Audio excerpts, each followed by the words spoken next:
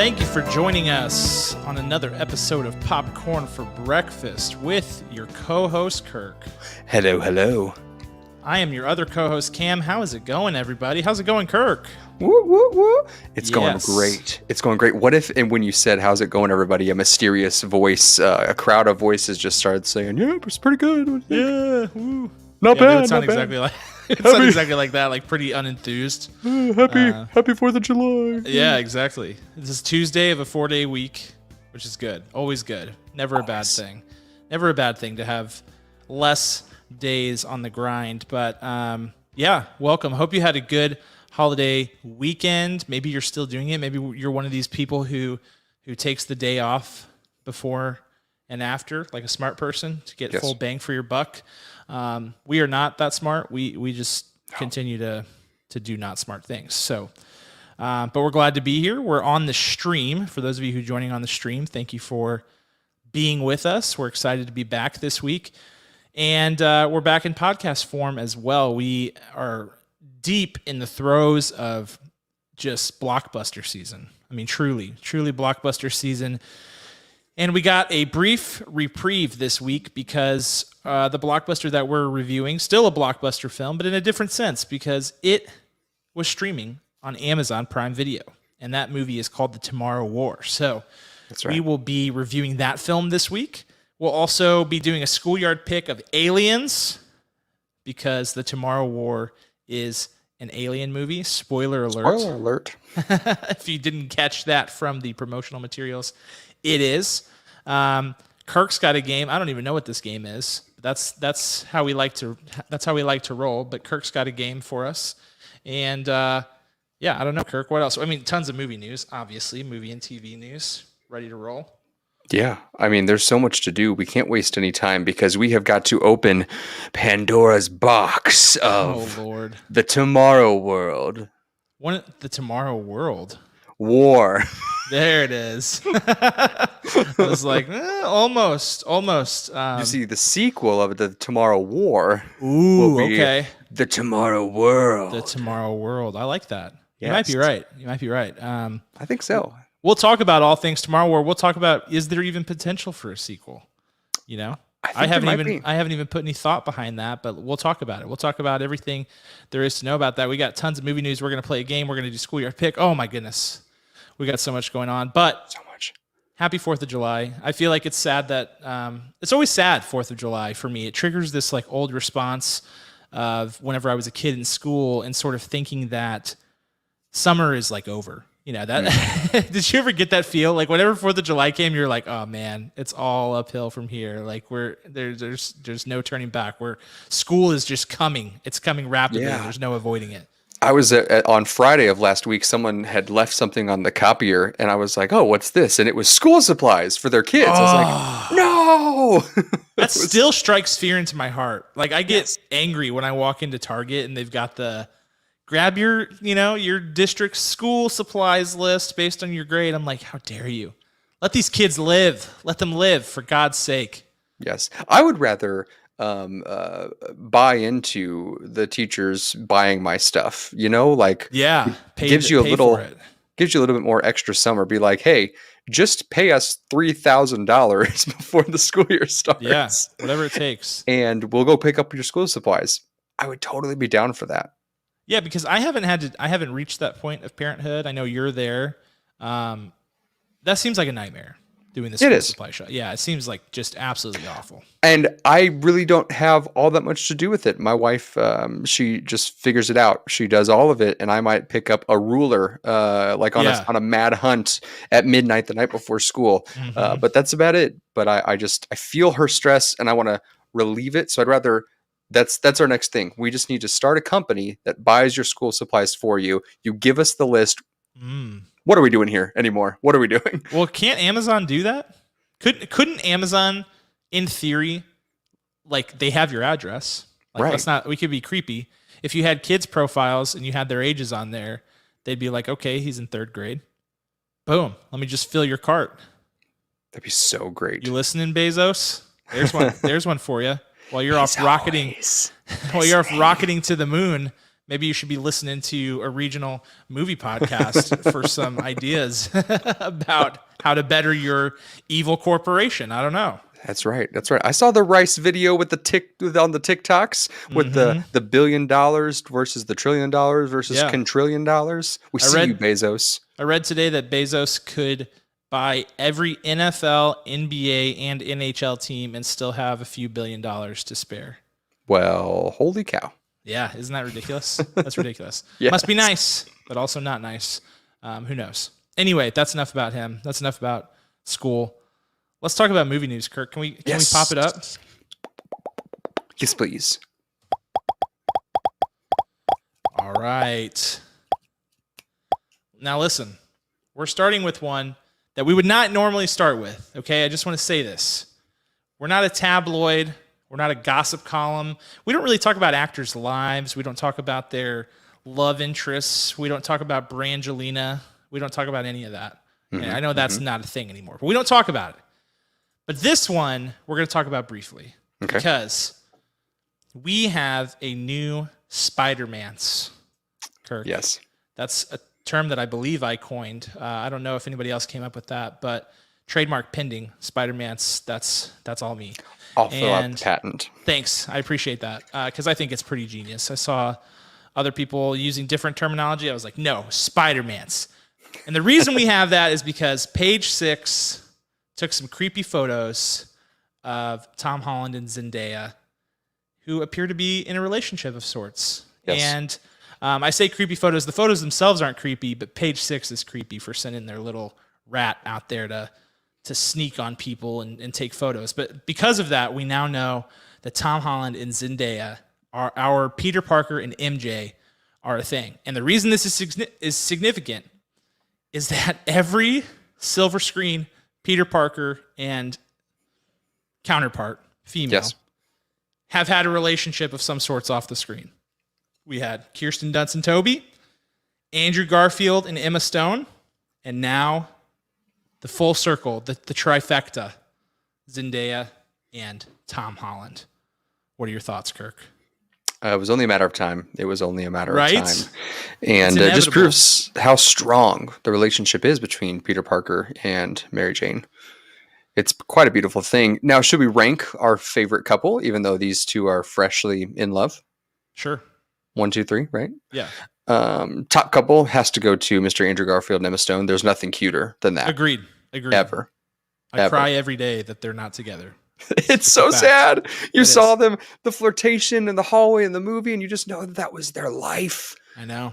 And it was so beautiful. It was. Then I gotta go Tom Holland and Zendaya next. I also agree with that. And coming in third, Toby and Kirsten, just because we know Toby has questionable morals, the most questionable morals out of all three. So wow, yeah. Hot takes. I don't know why I don't like that one as much, but that's the exact ranking I would do. And here's what I would say: lots of people are losing their minds about this. We're obviously adding to that noise because we led off our show with that story. And do I feel good about that? No, probably not. But we did it anyway. And here's the thing: as long as they're happy, I'm happy, right? They seem like good kids, right? They're in lots of my favorite programs and content. I say, just be you, live your life, let these people live, and stop taking creepy photos. But still, let us know if they're dating because it's important. Any chance it's just a PR move? Yo, for sure. There's a chance. They really want. Maybe they're trying to sell some tickets. Mm-hmm. I mean, they kiss on screen. What's the difference, right? Right. Same thing. No big deal. They're actors. Let's try this out. Thespians. Let's see if we can make this a thing. And if it doesn't work out, we'll get Feige divorced. Called it in. Feige's like, listen, I want to be the biggest post-pandemic movie ever, but also the biggest movie in the world. I was thinking, $1 billion is great, but what's really great? $2.5 billion, $3 billion. That's right. That's Feige called it in for sure. Feige's got a whiteboard and he's got like newspaper clippings because he's sitting there trying to outsmart James Cameron because the avatars are coming, right? So he's in his basement and he says, "What is it? I know. Tom, Zendaya. That's right. Come meet me." That's what's going on. It's pretty smart. It feels like a Feige move because it's the exact right move at the exact right time. Yeah. Everybody's talking about trailers, right? They're like, give us the No Way Home trailer. Is it going to be before Black Widow? Everybody's talking about it. Everybody's talking about toys that are leaking, showing new suits and new weirdness that are making people speculate about the plot. How do you diffuse that? Boom, look over here. Shiny new relationship happening. I mean, Kirk, you're onto it. I think you're onto it. If I had to guess, speaking of trailer, don't you think it drops this week? Don't you think it drops before Black Widow? Here's the thing. Or would it outshine Black Widow if it dropped right before? If you asked me 2 weeks ago, I would have said for sure it's coming before Black Widow. But now I think no. I don't know why. I don't have any specific reason for that. I am starting to believe no, because I think we would have heard something about it. I think they would have. Yeah. I think something would have gotten out that there's a trailer coming. If they do, I will be very pleasantly surprised. But I mean, it has to come at some point, right? That movie comes out in December. It's July. I mean, 5 months is definitely where you start to see teasers and stuff, like, for sure. So I don't know, man.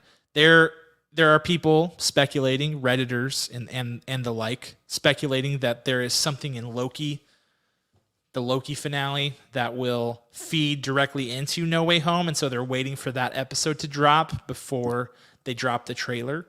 Yeah. Maybe they tack on the No Way Home trailer as a post-credits scene.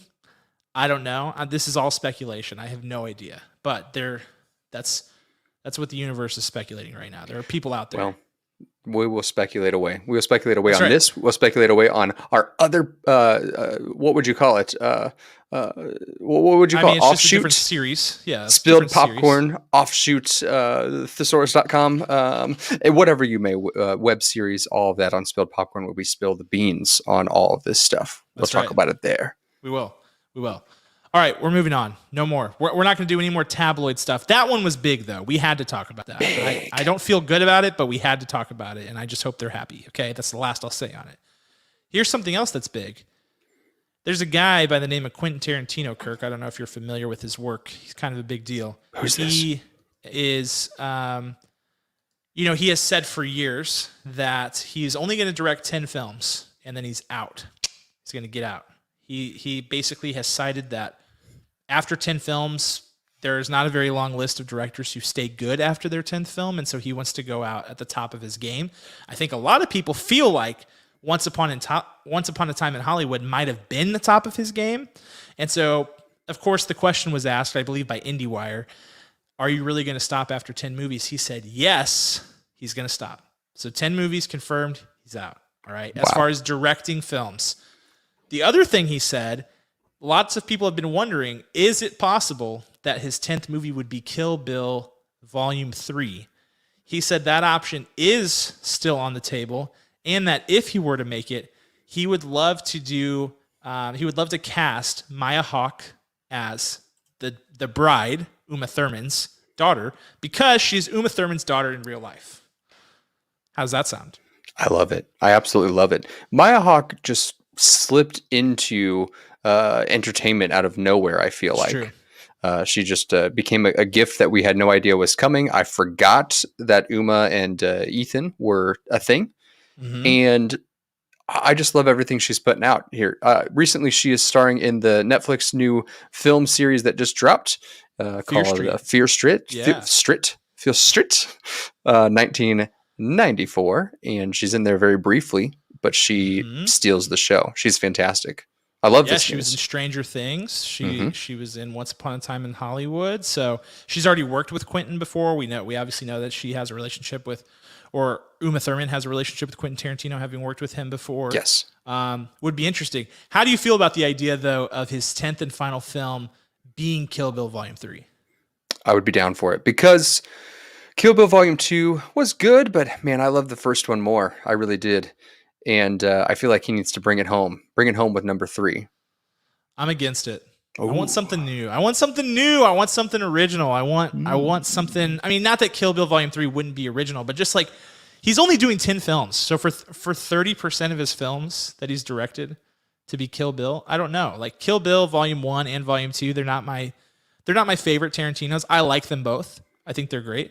But but I would be a little bit sad. I want something. I want something different. I want something in the vein of Inglourious Bastards or Once Upon a Time in Hollywood or Django. Like that's the vibe. That's the vibe I want. So we'll see what happens. Yeah, I wonder what genre he could dabble with, that he could cross genres again. I don't know what that would be. I don't know what it would be.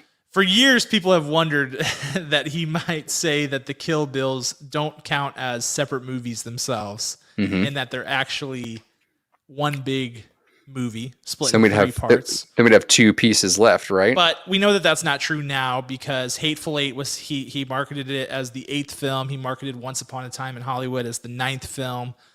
So that door seems closed. But we'll see. We'll see what happens. It's definitely something to keep an eye on. But for right now, he says he's sticking with 10, and then he's out the dough.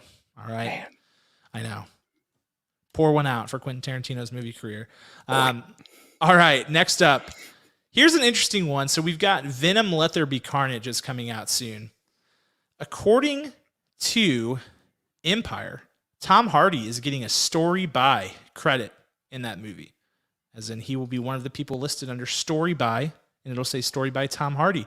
And the reason for that is that he is so involved in the direction of the film that they felt it necessary to add him as a story by credit because of his influence on the character and the actual direction of the plot.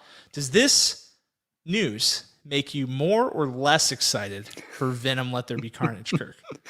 It makes me more excited. It's perplexing because Tom Hardy famously is an actor who doesn't read the entirety of scripts before signing on to them. So with that knowledge, thinking that he's going through this process and rewriting it's very intriguing, and it tells me, he's doing the homework, and he says, no, I don't want to do that because this is how it goes. That's a good actor move to say my character would actually say this and help direct the way of the story in a collaborative form. Yeah, they say that he, in that same Empire article, they were saying that he is like.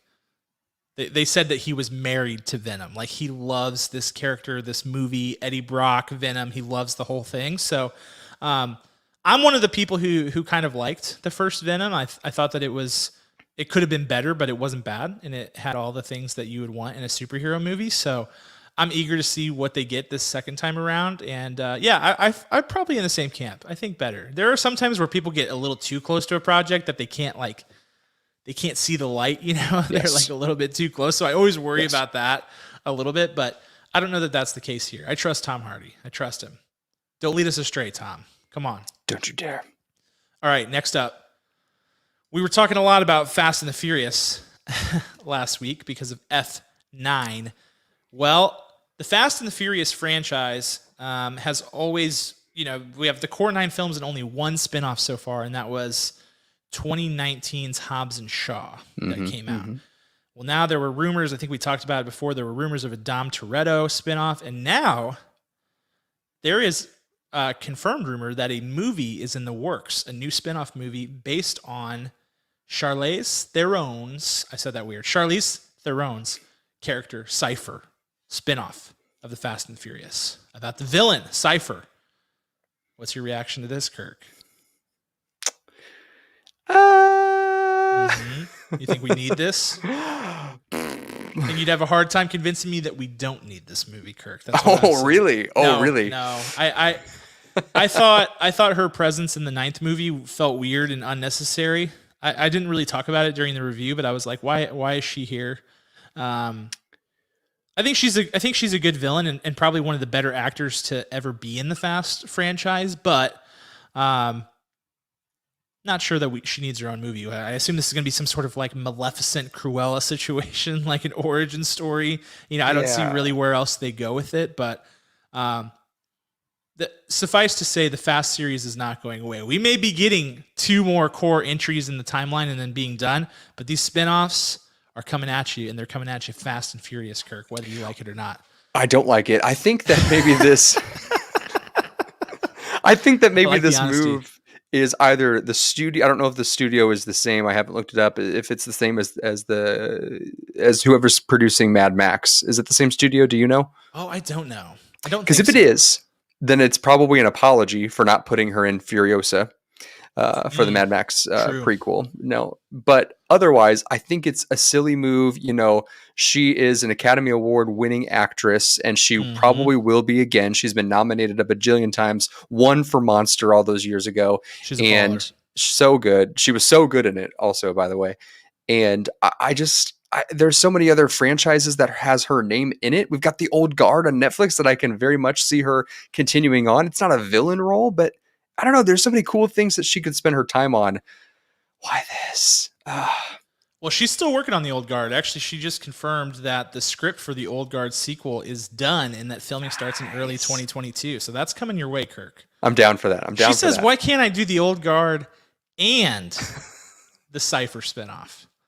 I mean, she can. She absolutely That's can. That's right. She can. But she will. Wish she wouldn't. I know. But here we are. We're going to be, Kirk, just face it. We're going to be reviewing Fast and the Furious movies for the rest of our lives. That's what's going to happen. Fast and the Furious is going to be like the now that's what I call music. It is. It's going to be like Fast 47, Faster and Furiouser and Furiosa, and then it ties into Mad Max.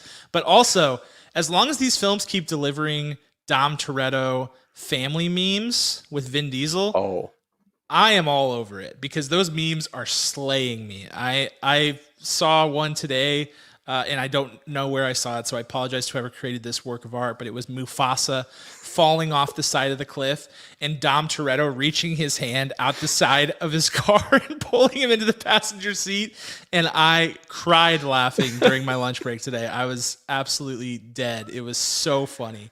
Man. There was also one that I saw that said, you have to fight for your life against either Thanos or Dom Toretto. Who are you picking? Also, Dom Toretto is fighting to protect his family. I was like, I think I'm going to go with Thanos, man. Nobody messes with the familia. It's absolutely incredible.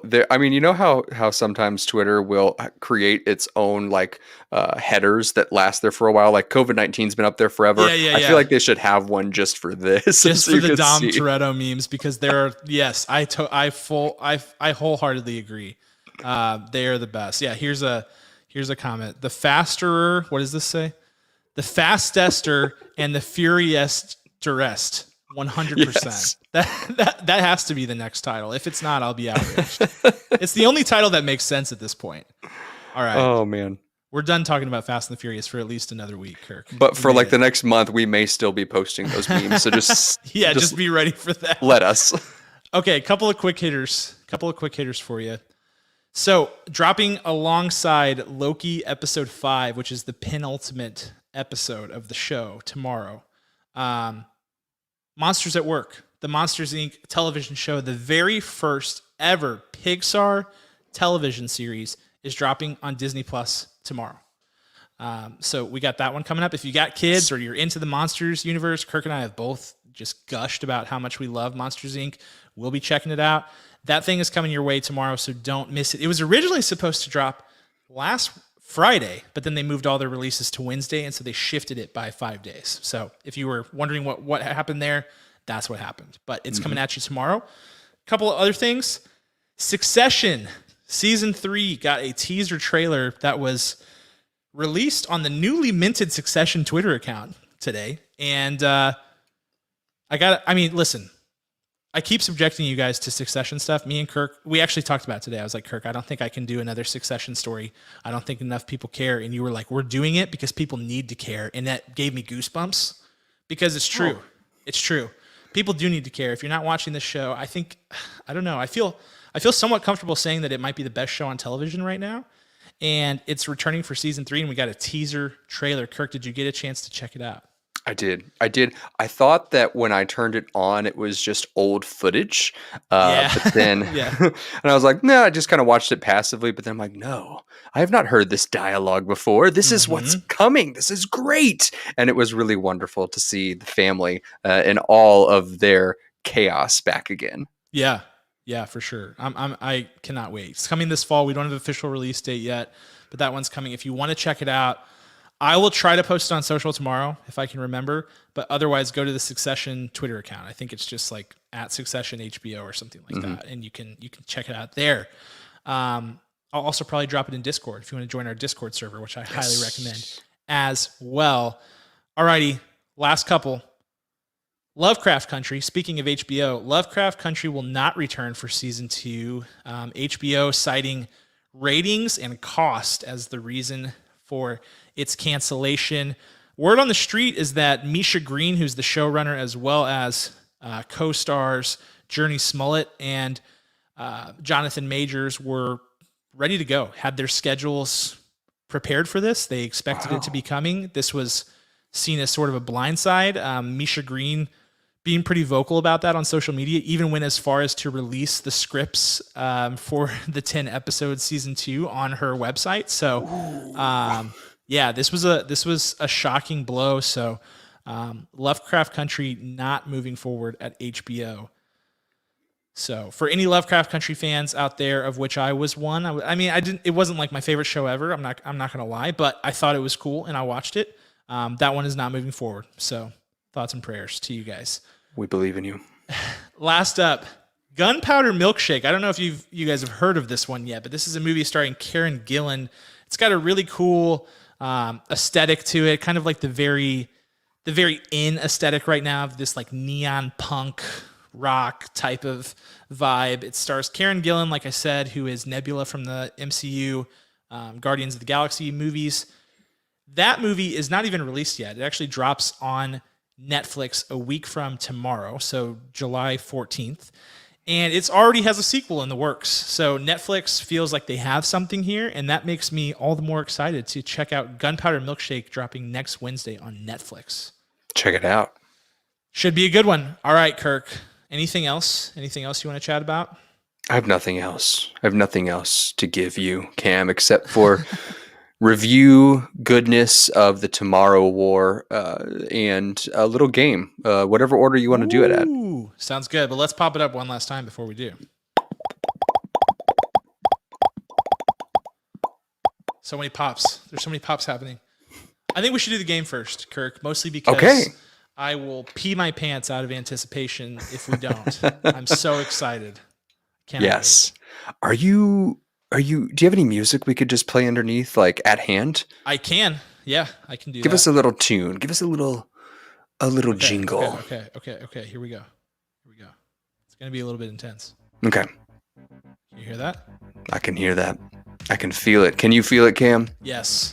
Because the movie we reviewed, or will be reviewing, is called The Tomorrow War, not World, as we established. Yes. With Chris Pratt. So this game is called The Chris War, okay? Yes. This is the Chris War. So what I have done is I have pieced together different quotes from different films that the Chris's, Chris Pine, Chris Pratt, Chris Hemsworth have said in their characters. Ooh. And you must tell me which Chris it is.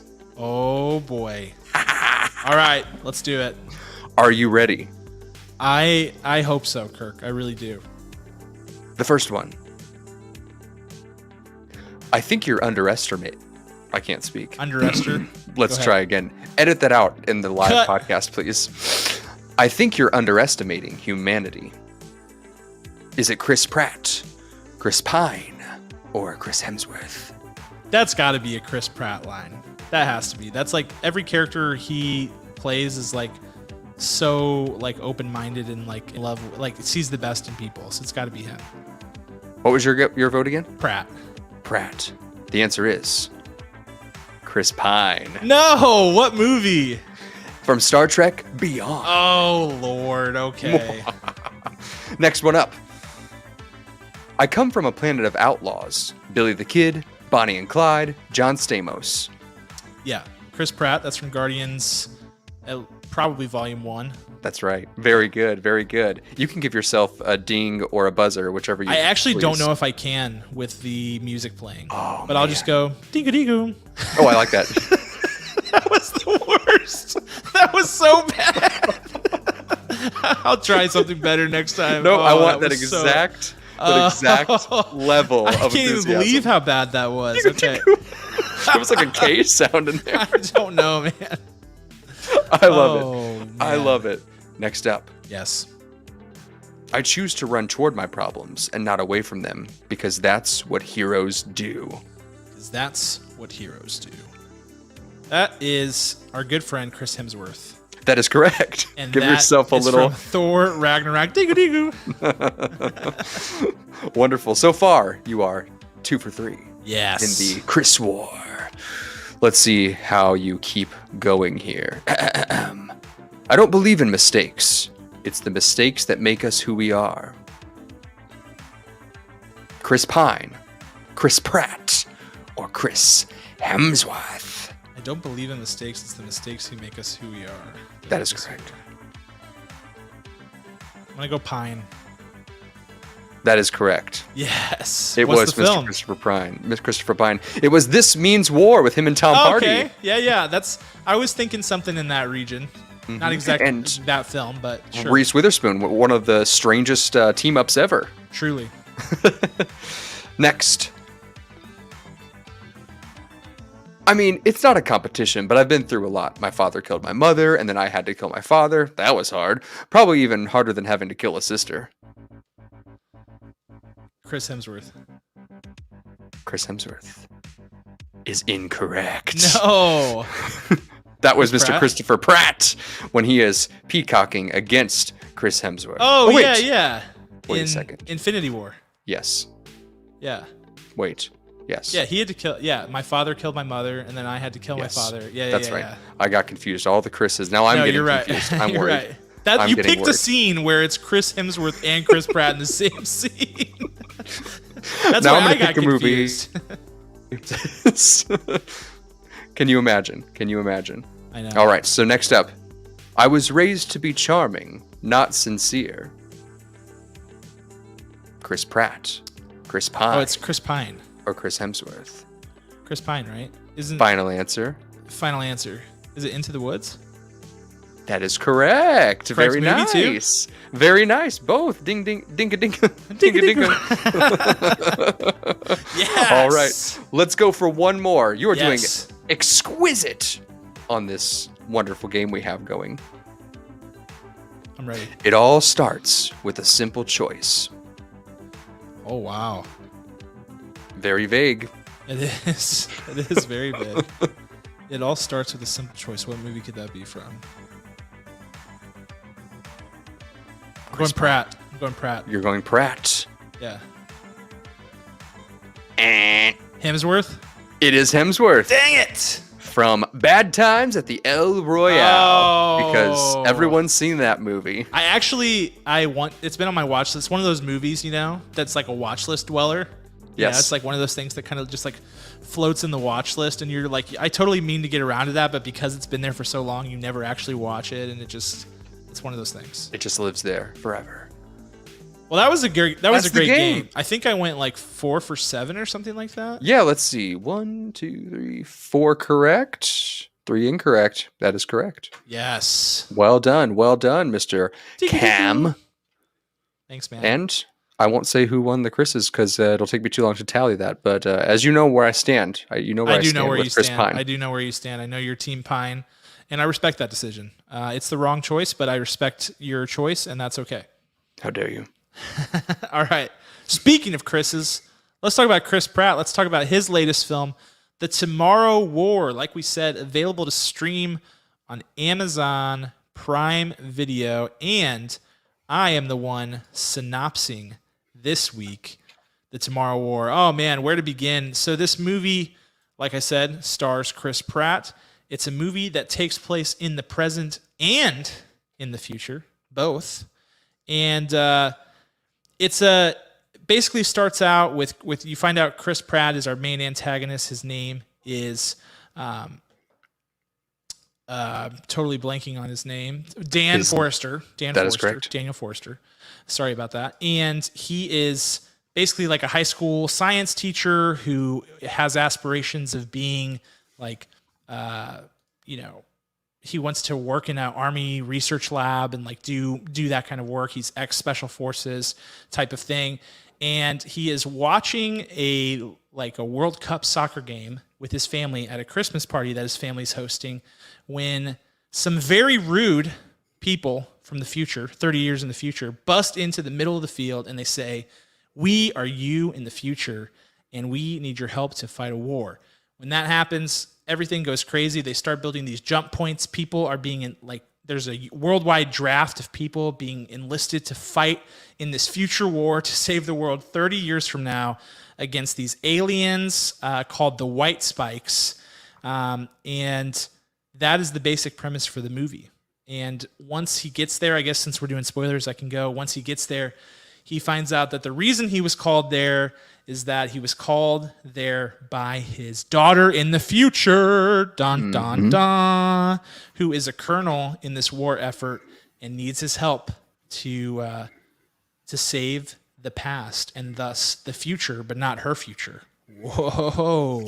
We're getting crazy with the timelines. And this movie boasts a cast that includes Chris Pratt as Dan Forrester, Yvonne Strahovski, who plays his daughter in the future, J.K. Simmons, who plays his dad, Betty Gilpin is his wife, Sam Richardson is his friend Charlie, who he meets while fighting in the war. So that is our core cast. Anything I left out, Kirk? No, other than that, these aliens are pretty much some of the coolest aliens I've seen. Very cool in recent history. Just shout! I'm going to boast about them this entire time. So, how would you bravo. describe them? Since I don't have a photo of them, I feel like they almost look like big cats with tentacles. Yeah. You know, what's that Pokemon that's like it has 4 legs, it's white, it has like a lion mane. Yeah. It's from the new games, right? Solgaleo? Shield. Is it Solgaleo? Solgaleo? Does it sound like that? That's what my son calls it, at least. Solgaleo? Solgaleo. There it is. Solgaleo. Yeah. Man. So it's kind of like, but if you had like a terrorized version of that with tentacles. So yeah. Kirk, you're on the money here. Hold on. Thank you. I got a photo of Solgaleo. You got the name right and everything. Let me just share my screen here. Nope, it's gonna be too complicated. If we weren't streaming, I would show it, but he's right on the money. Well, I might sneak away if you take my face off of the screen and see if I can find it. I can, because I am starting us off with our superlatives. Our first one is going to our Oscar. The Oscar goes to, which is our best actor in the film. And for me, this was tough. Because there were a couple of candidates here. But because he is the catalyst for the movie, he's the main character, he has the most screen time, far and away from any other character in the movie, I'm going with Mr. Chris Pratt. And I don't think that this was a perfect performance by any means, but what I will say for Chris Pratt, despite it not being a perfect performance from him, was that he had the most layered character out of all of them. He was the one character that wasn't a bit part in this movie. You know, he had to have relationships with his family and ambitions about his science career and, you know, a military background, which, you know, and then he has to fight in combat with all these people and make new friends. Like, he is not one-dimensional where really every other character in the movie is. And so for that reason, the level of difficulty factor that goes into that, I'm giving it to Chris Pratt, because I thought for the most part he did really well. And there were times where the dialogue was working against him as well, particularly in those early foundational scenes and then a little bit at the end when they're trying to piece everything back together. But through it all, he gives a really consistent performance. When it gets emotional, he's right there for the moment. He feels it out. He does a great job. He makes it feel human, feel personable. That's really what he's about as an actor. Chris Pratt does a really good job of making things feel genuine and honest. And so for the most part, I felt like anytime where you were like, that probably wasn't the best delivery and that wasn't the best moment, it was more for other exterior things that were causing it, like either the writing or the pacing or what have you, that actually caused it. So like I said, not a perfect performance, but I do still feel like he was the best performer in the movie, in my opinion. That's right. That is correct. Here is Solgaleo. Yes, hold on. Let me make you... Yes, 100%. You're right on the money. Take away all of the color and just make it drab white. Just like with dingy. Like a little bit of, they have like a little bit of like a burnt red-ish like on their face sometimes, like maybe just the females or something. Yeah, and blood, like dried blood, there on the mouth. So, yeah, so this is a good replica. This may have been the exact inspiration for the aliens in the Tomorrow War. So I heard you say Chris Pratt. I gotta say it goes for me as well. This movie, you know, the beginning of this movie struggled a lot in dialogue. It really had a good left hook in the first act of when we see all of these drafted citizens just get catapulted and then dropped into the abyss of this war, literally. When the jump point messes up, the coordinates get all jacked up and they just fall mostly to their death. But Chris Pratt, he covers throughout all of this, which is why he remains the leading man. This movie is his first credit as executive producer. So kudos to you, Mr. Pratt, expanding your world, expanding your wealth. And I just, there are a couple of moments where the script called for some really cold moments between him and his future daughter, Muri.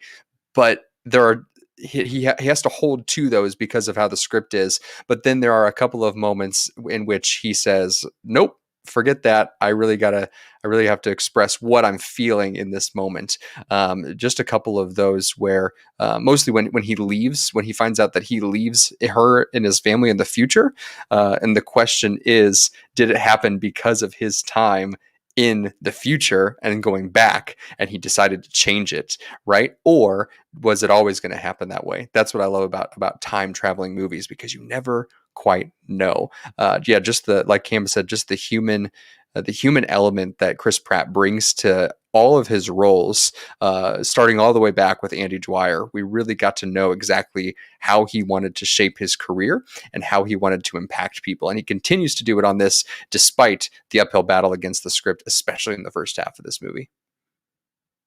Yeah, good call. Good call all around. So we are in agreement that Chris Pratt is the best actor in this movie. Let's move on to Scene Stealer. There were a lot of candidates for Scene Stealer because, like I said, a lot of bit parts going on, a lot of smaller roles, a lot of people whose screen time is really dwarfed by Chris Pratt's. Yes. They sort of revolve around his universe and his main storyline. But for me, my Scene Stealer is going to Yvonne Strahovski, who plays Colonel Muri Forster, his daughter in the future. That plays Dan Forster's daughter in the future. You know Yvonne Strahovski. You know her from The Handmaid's Tale. You know her from, I think she was in that show with Zachary Levi. What was that show called? Ted?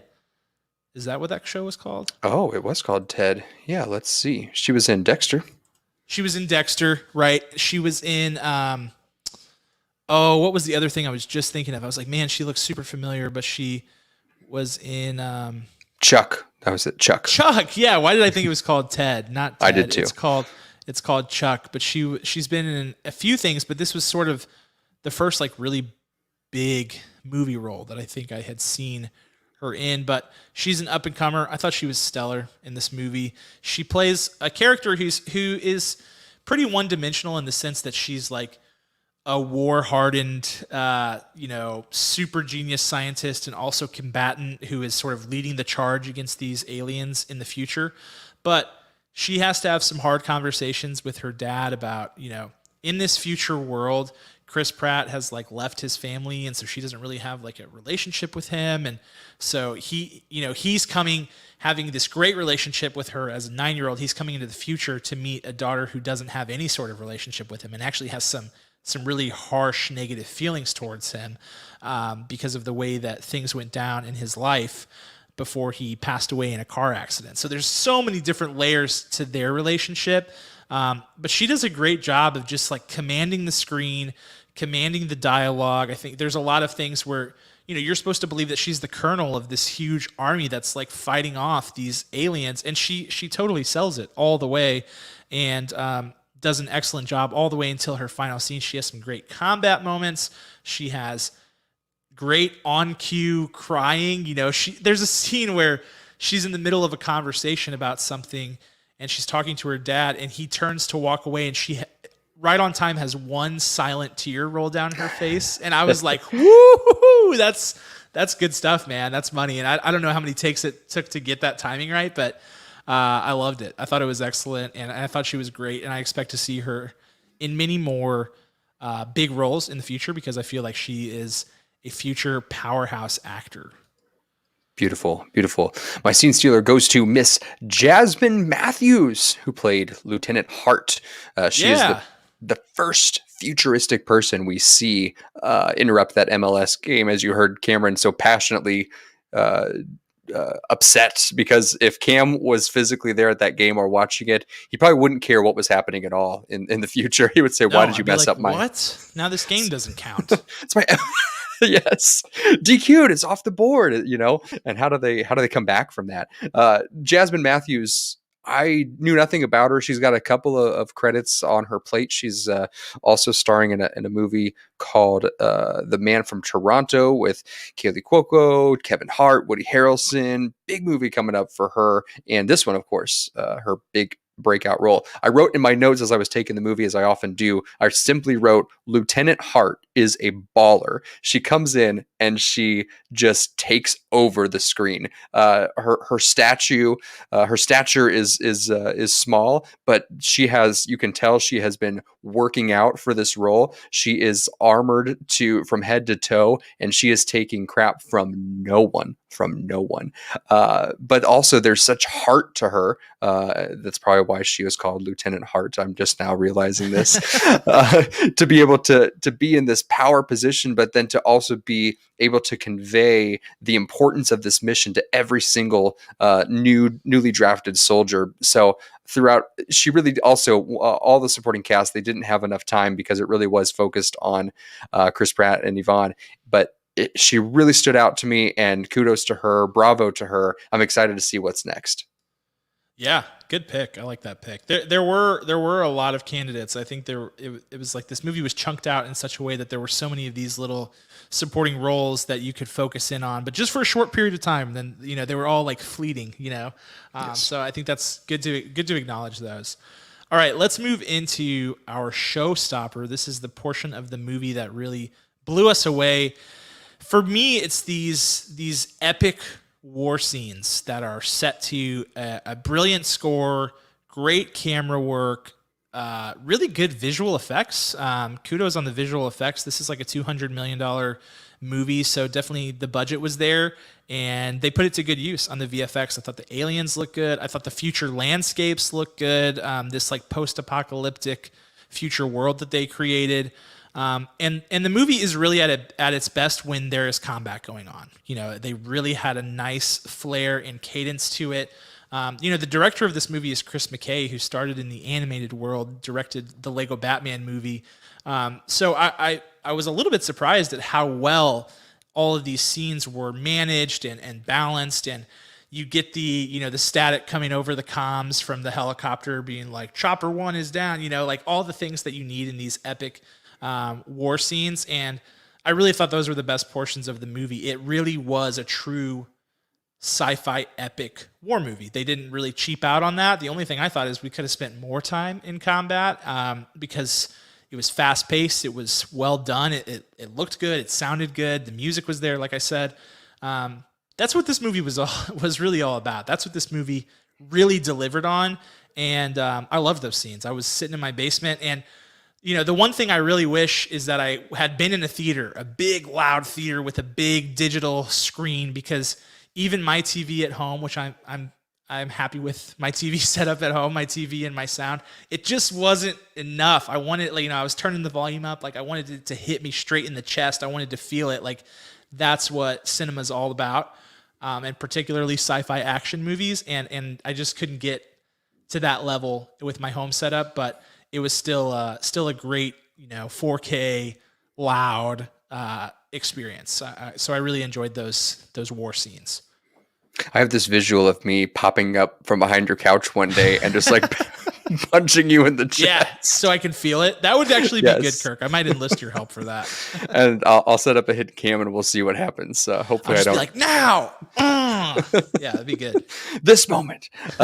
Beautiful. Showstopper for me had to be the aliens. You cannot have a good alien movie without a good alien.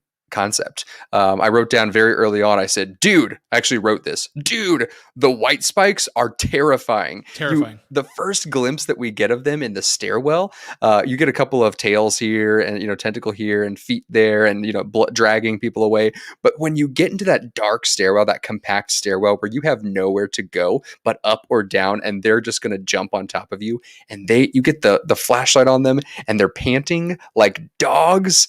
That element, like literally like dogs who have just run like 10 miles in the what do you call it, the big Eskimo, not Eskimo, the Iditarod, right? Thank you. That big race. So that's what they sounded like, and that just struck me in such an exciting way that it gave them so much more realism of these completely fictional characters that, oh dude, they're dogs.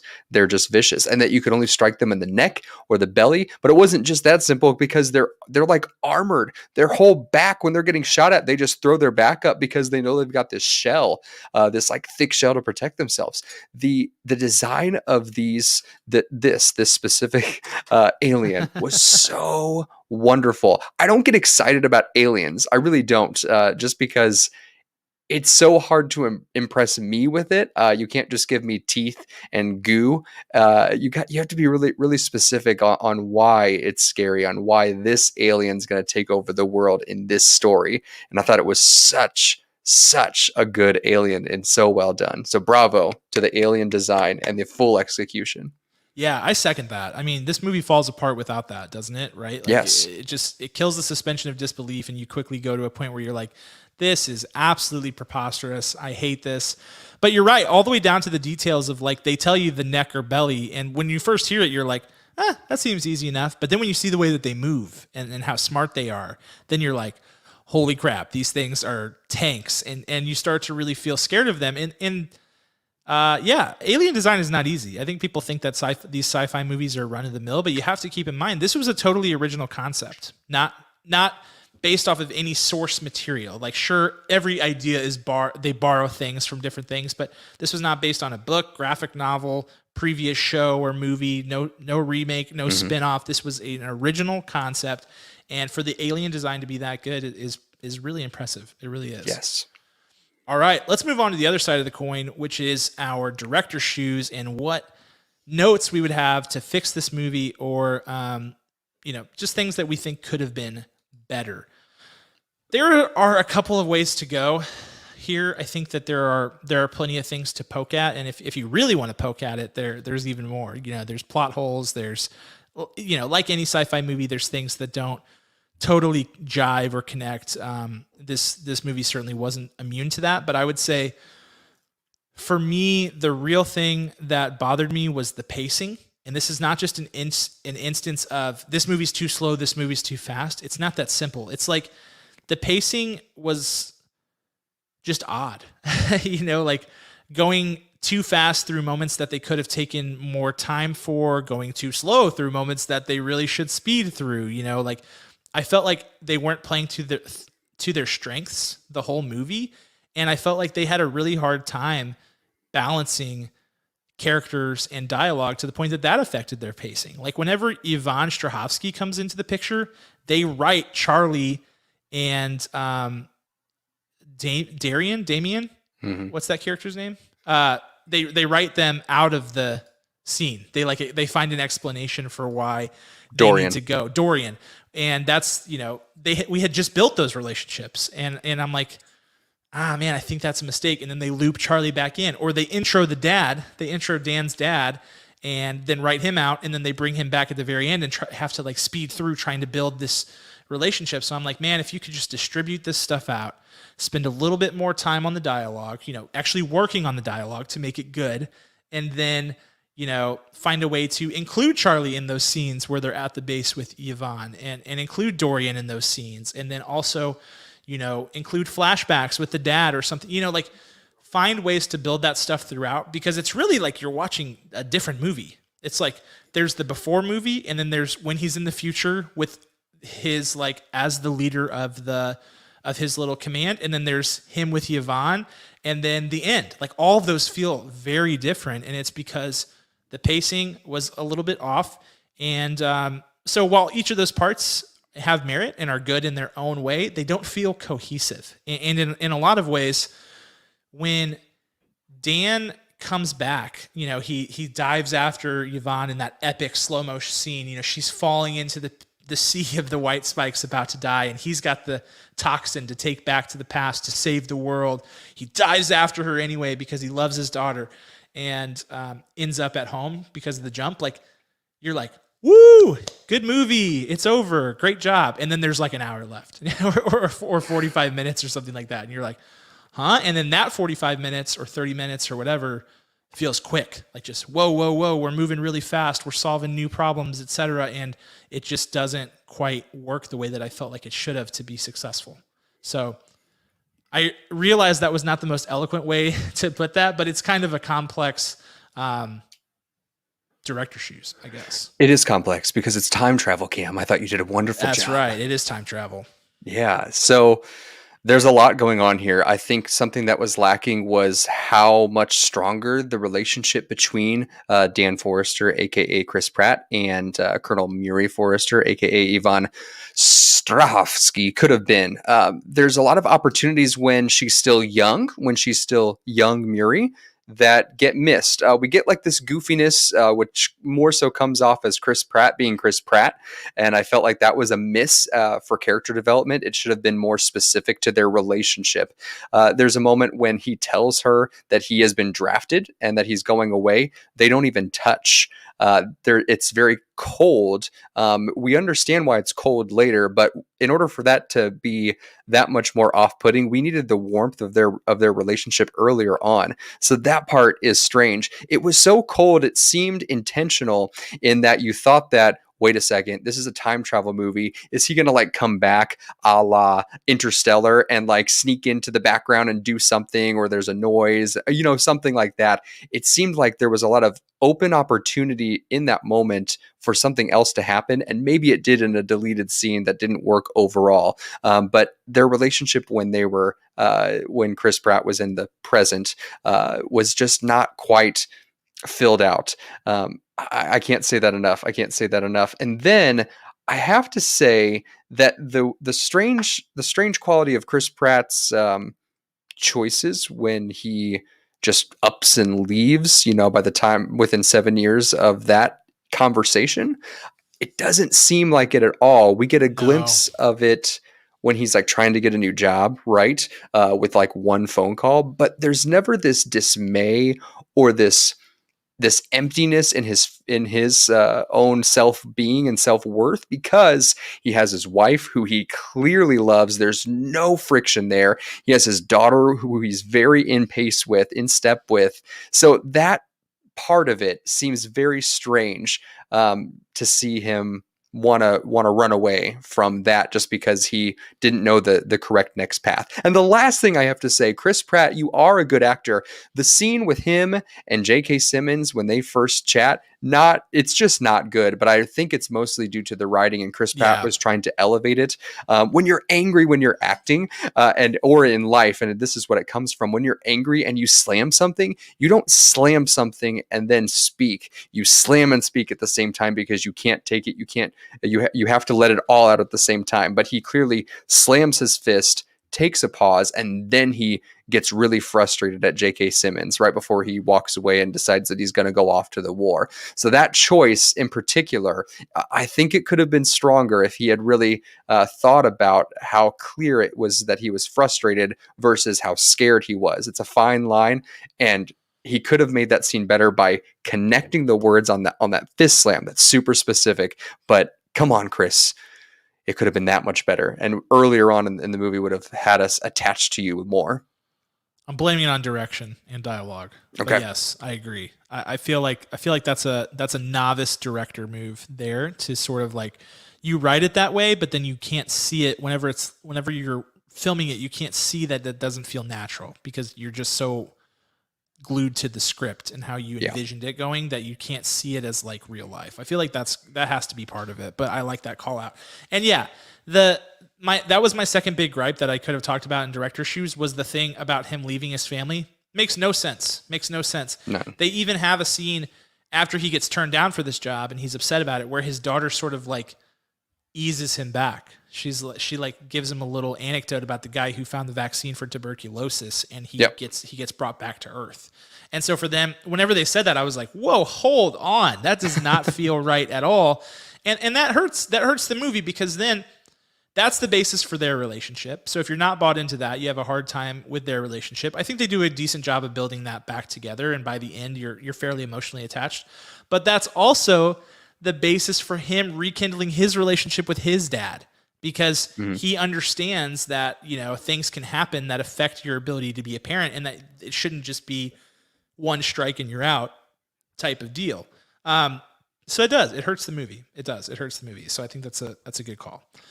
All right, let's move into the final section, which is our final thoughts and scores. Kirk, I mentioned this over the weekend. We would not talk anything about our opinions on this movie, but the one thing that I said was, this is a tough movie to score. It is. It's a tough movie to score, and I can't really put my finger on why. I guess in short, it's sort of that they do a lot of things in the genre of sci-fi action epic very well. They do like the things I was talking about earlier in Showstopper, the action scenes, the combat, the VFX, the score, sound mixing and editing. All that stuff was done beautifully. I was like, great.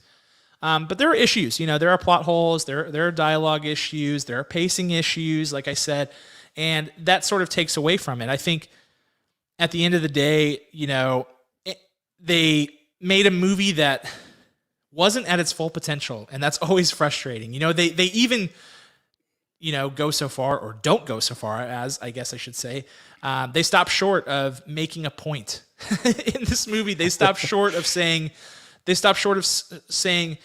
is a movie about living your life in the now and taking those little moments. They kind of flirt with it, but they don't say it. They stop short of saying this is a movie about climate change and how people don't listen to scientists. You know, they flirt with that too, but they don't make any solid, you know, social message. There's no story, human message. They just, at the end of the day, it's just a sci-fi movie, and that's fine and that's cool. But it's not cool whenever you like act like you're going to make a point and then don't, because then your audience is trying to be like, okay, what are you trying to tell me? You're trying to piece this together, and really you're not trying to tell them anything.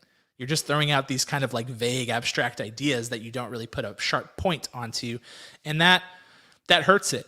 But if you're coming to this movie, like most people are, I think, wanting action, wanting aliens, wanting epic scenes and good, fast-paced, heart-pounding action scenes, you're going to get it, and then some. I think that those areas really delivered. And I know you're going to say, but Cam, you trashed Fast and Furious 9 for those same things about how stupid and preposterous it was. Well, here's the difference. This was in a world that had very defined rules, and it was in a fictional world, a world that's based on something highly fictional with aliens that do not exist, etc. The Fast and the Furious world is supposed to be similar to our world with people who don't have superpowers and don't have this, but that world also has no rules. So there is a difference, and I don't like the no rules.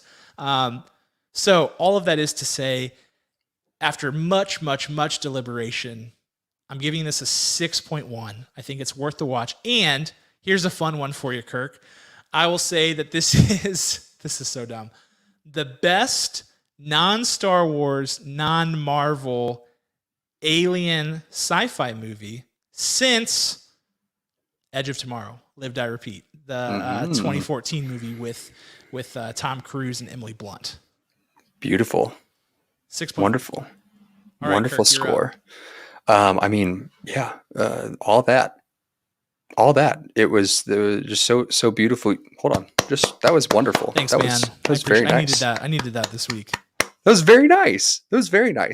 This movie does something that I get mad about a lot of times, where it actually flipped it on its head. A lot of the times we get movies where Act 1 is great, Act 3 is great, but the middle is boring. This was completely upside down. Act 2 of this film was the best part of this movie. Act 1 was rough, and Act 3, we knew the resolution was coming, and it still held up. It held up enough. So it started off not so great. I really thought I was going to turn it off, and then it just flipped And it was really intriguing when all those bodies were falling out of the sky and the coordinates were wrong. I was like, dang, they went there. They went there. And then the full development of the aliens, that is just a home run for this film and for this team. I have to say that with all of that, I loved the rules, as Cameron mentioned. You have to have rules in the movie, and you have to stick to your guns. If you show the gun, if you show Chekhov's gun in Act 1, it better come up in Act 3. All the different themes that Cam talked about and hit on, all those things were presented but never resolved. So that's an issue. But through it all, we had some great chemistry between a couple of characters, just enough to carry us through some fantastic visual effects. And the biggest part of it all is that the alien was just the big feature of this film. So this movie gets a 6.4 out of 10 for me. Ooh, we were close. And here's what's interesting. Like I said, I've talked about it before. We both try to stay away from reviews as much as possible. Yes. I follow lots of movie people on Twitter so I can get the latest in movie news. And so for that, I caught a few stray bullets and saw a couple of people's like quick, 140 characters thoughts on the movie, and they were all over the board. And I could totally see why that would happen. So that's why I'm surprised that we are as close as we are. But I think, this is a movie. It doesn't reach great territory, but it's worth a watch. It's a great summer movie. For some reason in this country, alien movies scream 4th of July to us for some reason. So it was a great watch over 4th of July weekend, and it's one you should check out on Amazon Prime Video if you haven't already. But it should have been in theaters, and in fact, the director of the movie even voiced his opinions that he was a little bit upset when it got sold to Amazon for exactly that reason, that it wasn't going to get a theatrical release. It's just $200 million it got sold for. No big deal. No big deal, right? Yeah. So that is our review of The Tomorrow War. All right. Let's move along. We got one last segment for you guys this week. We are going to be talking about Aliens, and we're going to do our Schoolyard pick of Aliens. And I started this out when I texted it to Kirk earlier. I said, Schoolyard pick of movie Aliens, ? And then I was like, no, we should just do Schoolyard pick of Aliens. That's better, because let's just go no holds barred. This could be anything, any sort of alien. And Kirk, you are doing us the honors with the first pick because I led off our review. So you get to lead the way here. So let me ask you this: is it movie Aliens specifically? No, is that any correct? Any alien, dude. It can be TV aliens. It can be aliens from video games. It can be aliens from your imagination. I don't care. Any alien, whatever you want. From my imagination. Let me describe. I'll draw it real quick for you. Yeah. Oh man, this is tough. All right. It's tough, but I know my first one. It's always this one. It's a little bit nostalgic for me because I saw this movie way too early. Thanks, Mom and Dad. Way too early in the theaters. Gotta be the alien from Independence Day. Yeah. You got Bill Pullman, you got Will Smith, Vivica A. Fox, Jeff Goldblum, the whole team. And you got those crazy aliens. You can't get enough of them. They get shown very early on in that movie, and they knew that they had to have something good because they get so much screen time. I mean, there's a scene where it's just them in their ship when they're up near the end of the film, and you've got Jeff Goldblum and Will Smith in their spaceship going to the other one. There's like 6 of them in their cockpit.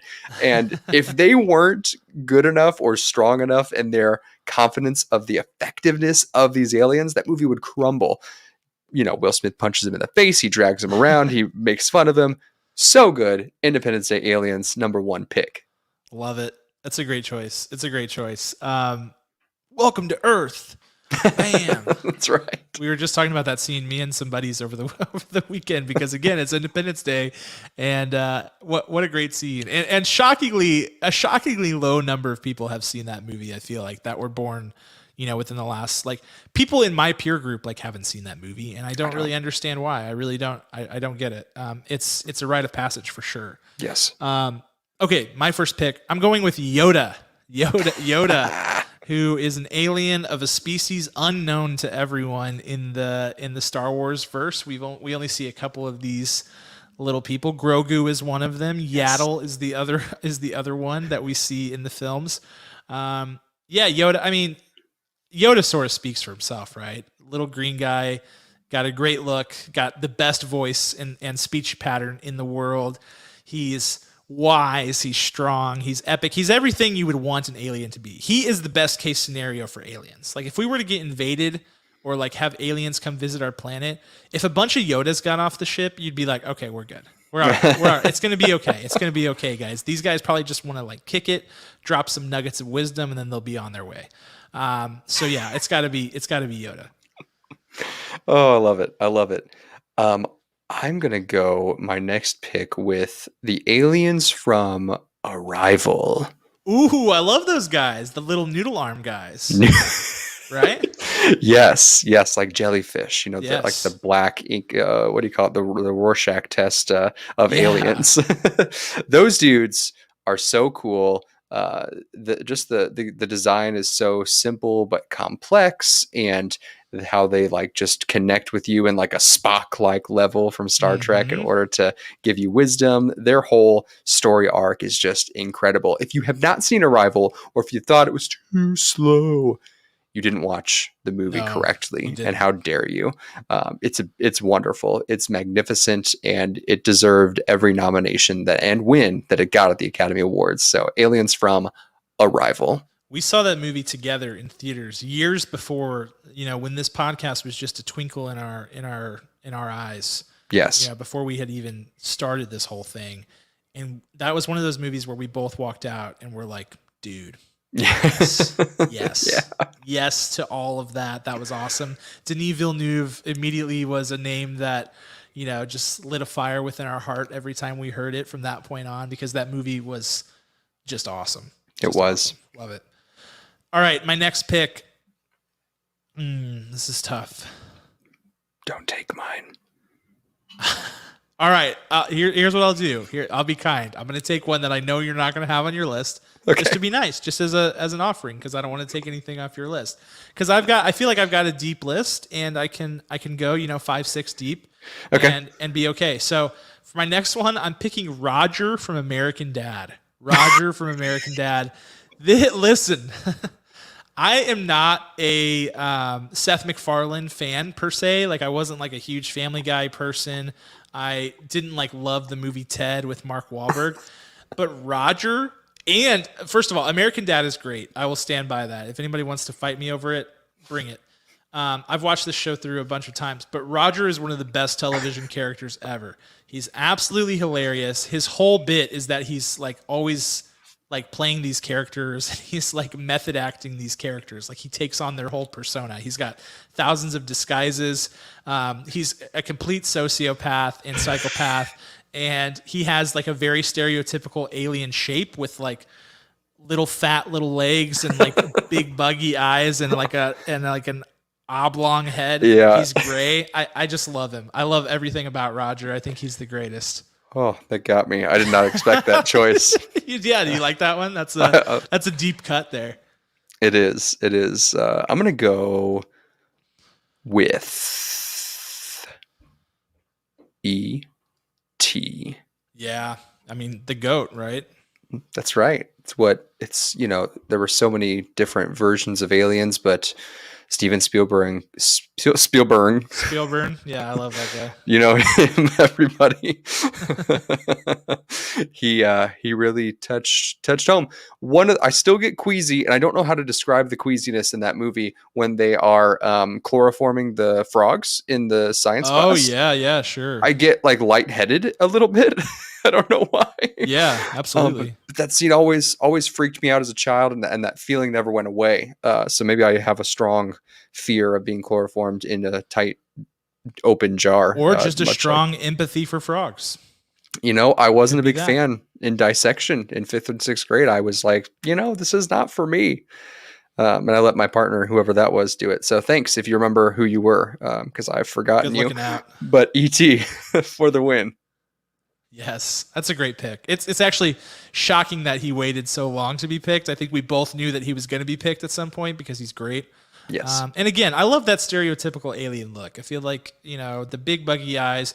If aliens were to ever come to this earth and look like us, I would be so ticked. I'd be like, what? What is this?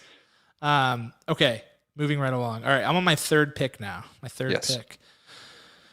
All right, I'm gonna go back to. Well, I'm gonna go with Ridley Scott's Aliens from the Alien franchise. The big long head. These guys are terrifying. The face sucker aliens that plant eggs. You know, the whole all of it. Everything. Prometheus. You and I saw that movie together at like 11:45 at night one time, and We that did. shook me to the core of my being. Like I never get scared of sci-fi movies. Like I don't know, like Event Horizon and stuff like that, like didn't ever freak me out. But that Prometheus movie was terrifying. That final scene where she's like trying to sew her stomach back together and the aliens coming. Oh my Lord. These guys are so scary. That first Alien movie with Sigourney Weaver, absolute classic, a must see for everyone, despite whatever genres you prefer. You have to see that movie. It's another rite of passage. It's truly scary. Those aliens redefine space as a terrifying place, which I did not think of it as that before. I would never go to space because I don't want to die in the endless vacuum. But I didn't ever not want to go to space because of scary aliens that will like slime me and rip my face off and kill me. And Ridley Scott gave me that fear. So I think these aliens deserve to be on the list. Yes. My next pick, I must find here. The image will only do it justice. One moment. It's from a movie from 1988, and it is a little movie called Mac and Me. I knew Mac it. and Me. I knew this was going to get picked. It's 1 second. Let's just blow that up. There we go. Mac and Me. This movie, dude. If you've never watched this movie, you need to. I first found out about this movie through Mr. Paul Rudd. Paul Rudd has had as an ongoing joke on Conan O'Brien's talk show for years that just recently ended. Again, congrats, Mr. Conan O'Brien, for your longest talk show run. And every time Paul Rudd came on, as a joke, he decided that instead of showing a clip from the movie he was promoting, he would trick Conan every single time over 30 years and say, yeah, he would set it up, talk about the scene, and then play this this scene from this movie.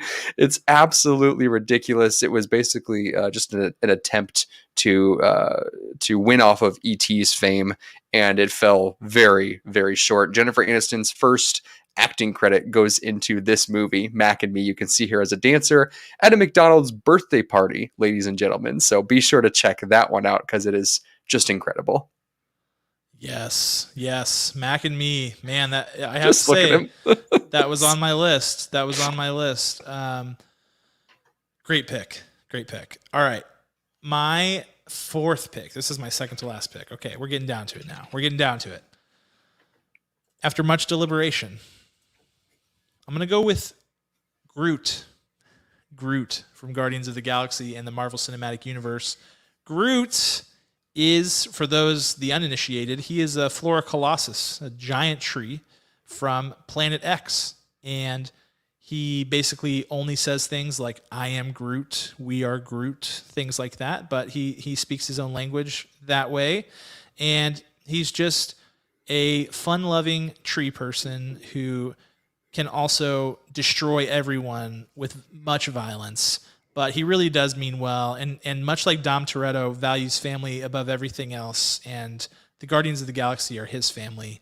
And so got to go with Groot. I love Groot. I would love to have my own Groot sidekick or life coach. You know, I could be his sidekick. I don't really I don't need him to be my sidekick. That's not fair. But I just think he's great. I think he's really top notch. Love Groot. Lovely. This is my last pick, and this is hard. Because I am really between two very recent movies. I'll tell you them. I'll tell you the movies I'm between. One of them will be on this Schoolyard pick, and one will not. It goes to the Tomorrow War Alien, the White Spikes. It's that good. And it also goes to A Quiet Place. The monster alien design in A Quiet Place is spectacular. The design with they can hear you only, and their ears open up, and man, they have vulnerabilities that are so specific. I'm having a hard time, Cam, but let me take a little bit more of your time.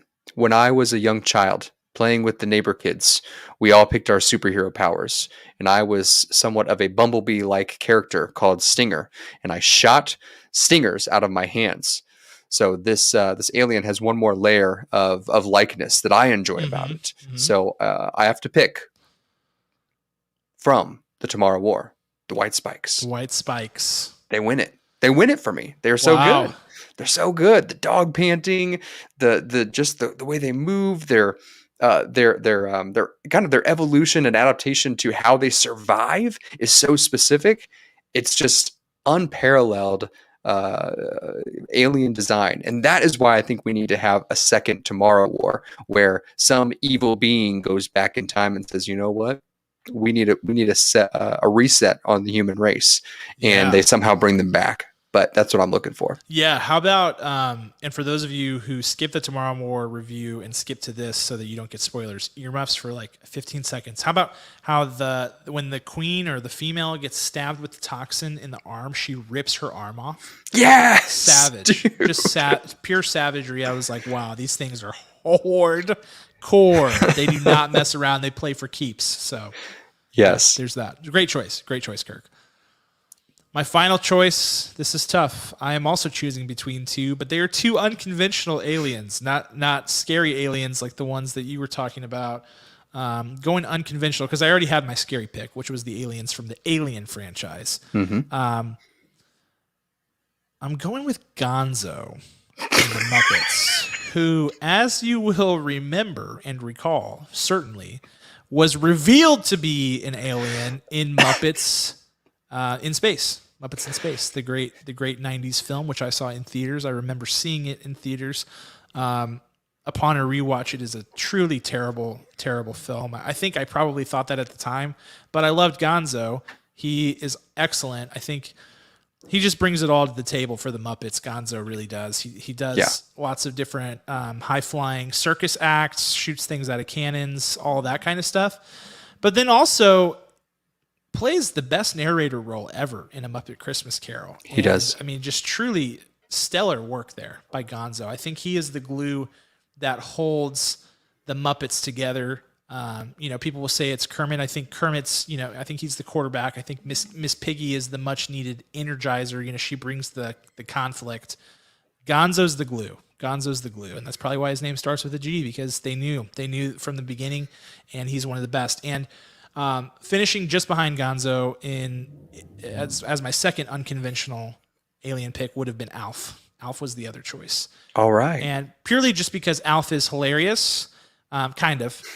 I shouldn't say he's totally hilarious. I mean, his jokes make me laugh, but also just shout out to Alf for making us rethink what an alien looks like. I think up to that point, we sort of saw aliens as, and I still do, slimy, gooey, round-eyed creatures who are probably gray or green. And Alf really changed that narrative. So he was a trailblazer in his own right. Yes. Now, should we do honorable mentions, because this list is forever? Yeah, I'd say you kick it off, Kirk. I've got a few. Someone just mentioned Miss Mary Sunshine, Mars Attacks Aliens. That is definitely in my list with Good the one. brains and the dome. Excellent choice. I feel you. I hear you. I see you. We've got Super 8, the aliens from Super 8. Ooh, good. Predator, Galaxy Quest, when they actually show their true form. Kind of horrifying. I threw Signs on here, and I'm going to take the heat for it. Those aliens, I think, in the very first moment they're shown, I think they're a little scary. Quiet Place. Mork, Mr. Robin Williams. Yeah. My favorite Martian, the Christopher Lloyd version, and of course Korg from the MCU. Great choices. Yeah, there's lots of MCU choices, that's for sure.